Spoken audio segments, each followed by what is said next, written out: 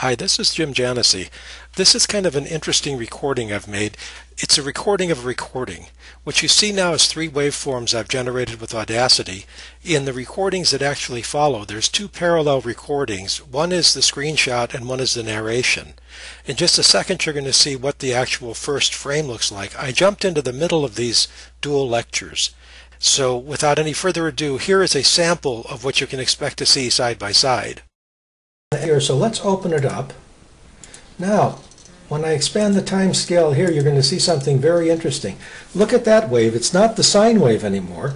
It's the actual combination, how the two waves at 100 hertz, that is 100 cycles per second, combines with the wave, the strength of the wave at 200 cycles per second, and this is the composite wave that comes out. When I play this, I get that composite sound.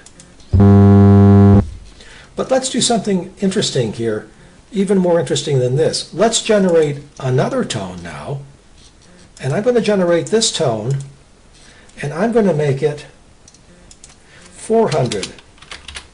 Whoopsie daisy. I'm going to make it 400 hertz. Same length, same duration, here 1 second, and I'll make the amplitude 0.4. That's the height of the wave. Because we're adding these waves together, if I started out with each of them at maximum height, I would get an unfortunate phenomenon here where the tops of the waves would be cut off. That's called clipping. So I'm going to generate this tone. Now notice here, in one of these increments, here, that's 100th of a second. Now I have 4 waves because I have 400 cycles per second. What happens when I play both of these? And let's play both of them. And you could tell that there's a louder sound in here. I'm going to mute this one now. Let's just play the higher tone. And that's already sounding pretty high, but it's only 400 cycles a second. Let me do something else now that's going to be kind of strange. I'm also going to generate one more tone. And this tone I will make 440 cycles per second.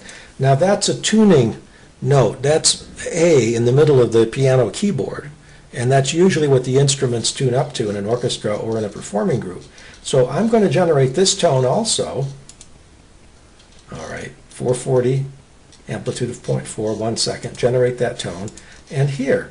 Now, let's expand the time scale so that I can see it in more detail. You'll notice that these two bottom ones are very close together because, in fact, in this 1 second, we only have 40 cycles of difference. That's not really too much, but these are not actually congruent.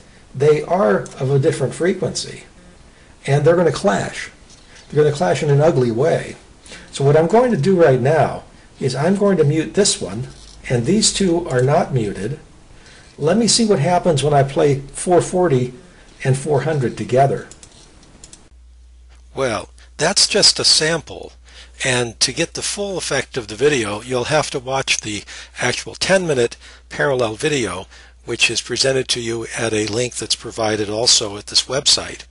The only reason for this sample is to show you how the two parallel videos will complement one another if you start them both at the same time. However, if you start them too far apart, it won't make too much sense. You can then fiddle with one or the other and pause it to let the other one catch up. That's probably the best I could do at this point, given the fact that I'm using some fairly simple technology here to do these, but I think the effect will be very interesting to you. And this is kind of an experiment to see how I can get the point across as readily as possible using these parallel presentations of videos on YouTube.